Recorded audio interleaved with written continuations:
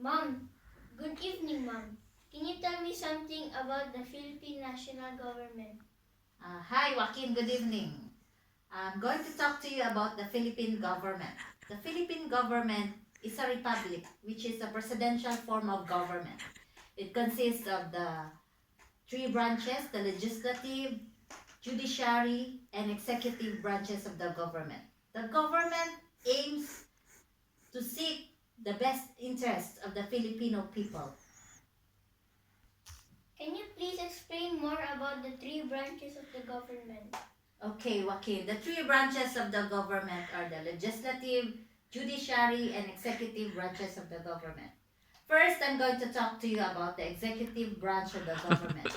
The executive branch of the government carries out the law. It consists of the president, vice president, and the cabinet.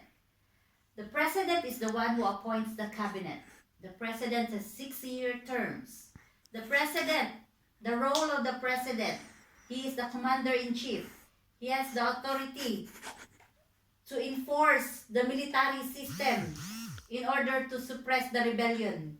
He also does international meeting with the other leaders of the country. Like for example, in early of his term, he went to Saudi Arabia and he met King Salman. He made some agreement in order to protect the OFWs in Saudi Arabia.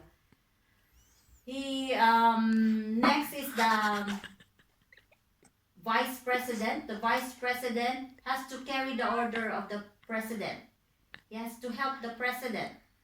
Then the cabinet is being appointed by the president. These cabinets will have its own departments, like this Department of Trade and Industry, Department of Health, Department of Education, DENR, DOLE.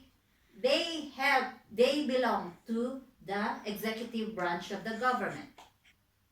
So next is the legislative branch of government. This legislative branch of the government has the authority to make, alter, and repeal the law. It consists of the senators and House of Representatives. In Philippines, we have 24 senators. In order for the bill to make a law, it has to go through a lot of processes. Like first, they have to compose the bill. There will be first meeting, second meeting, conference meeting, third meeting. Then they will carry out this bill and to be signed by the president in order to make a law. So next will be the judiciary branch of the government. Judiciary form of government, it evaluates the law. This consists of the Supreme Court and other courts. The head of the Supreme Court is called the Chief Justice, and he has his 14 justices subordinates. So that's it. Anything else you want to know? Can you tell me about the current government in the Philippines? Presently, our government, to be honest, they're struggling with this current situation we are dealing right now, with this pandemic coronavirus. Our president, Mr. Rodrigo Duterte, is dealing with such a big problem he's facing right now. As a president, he ordered a total lockdown of air transport.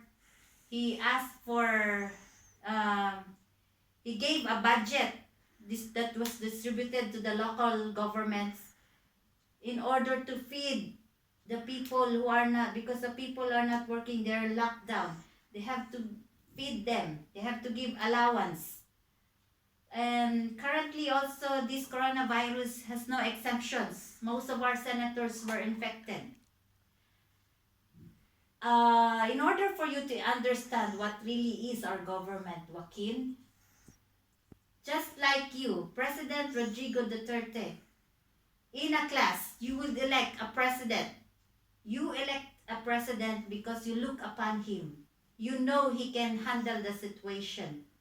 But being alone, without the help of your classmates, you cannot achieve your goal.